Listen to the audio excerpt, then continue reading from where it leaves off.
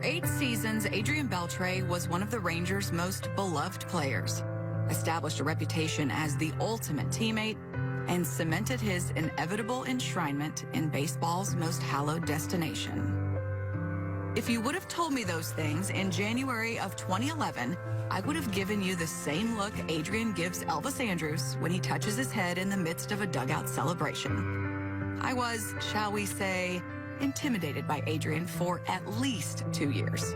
Seriously, it wasn't his fault. He was always courteous and respectful and willing to do whatever was asked of him. There was something about him, though, that was intimidating, an aura that is difficult to describe.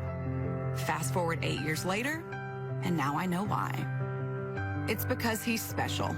He gets it. He always knows what to say and what to do. He does all the little things that people don't even realize he's doing, but they can feel the effects of those actions without even knowing he's the one responsible for them. It's like he's some kind of baseball Jedi. Adrian established a culture of respect and accountability within the Rangers clubhouse that made it an absolute pleasure to come to work every day, regardless of wins and losses. His love for the game is unquestioned, and the example he set with his actions was otherworldly. But setting an example was not enough.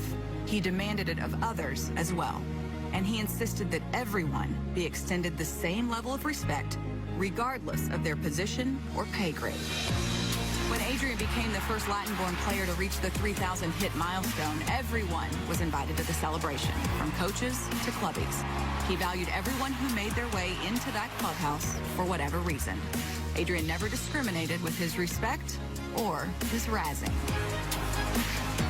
I can't remember exactly when I stopped being scared of him, but it probably involved him yelling at me, which is actually the highest compliment in the baseball clubhouse world.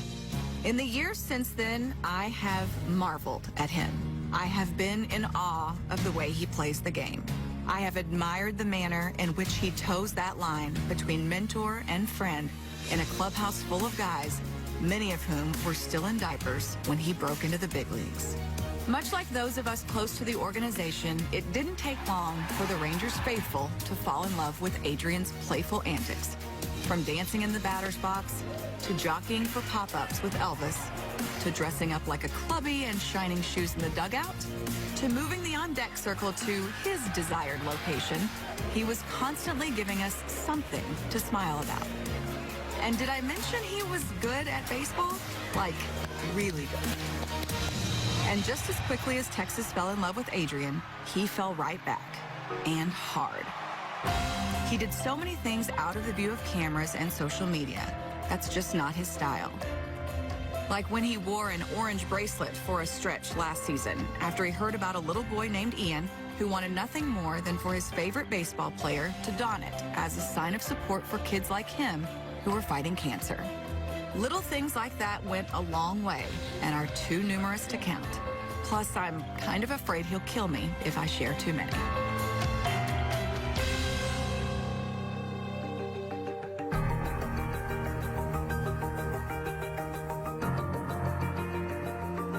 The Rangers didn't just acquire Adrian on January 6, 2011. They also acquired Sandra, Cassie, AJ, and Camila.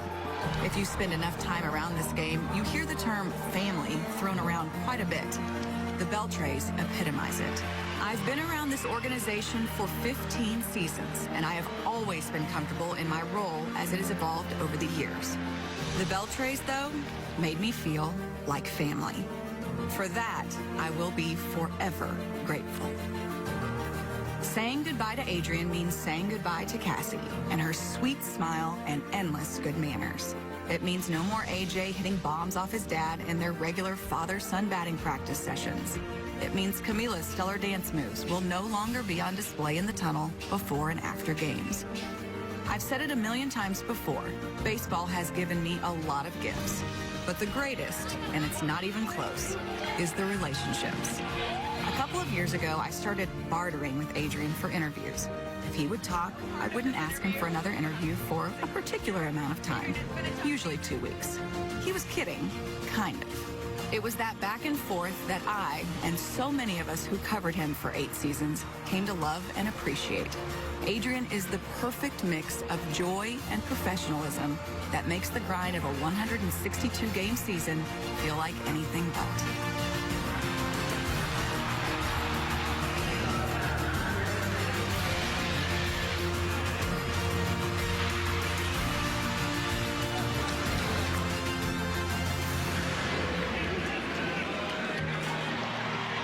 The game of baseball is better for having had Adrian Beltre in it, and we are all lucky to have been along for the ride. Thanks for everything, AB. See you in Cooperstown.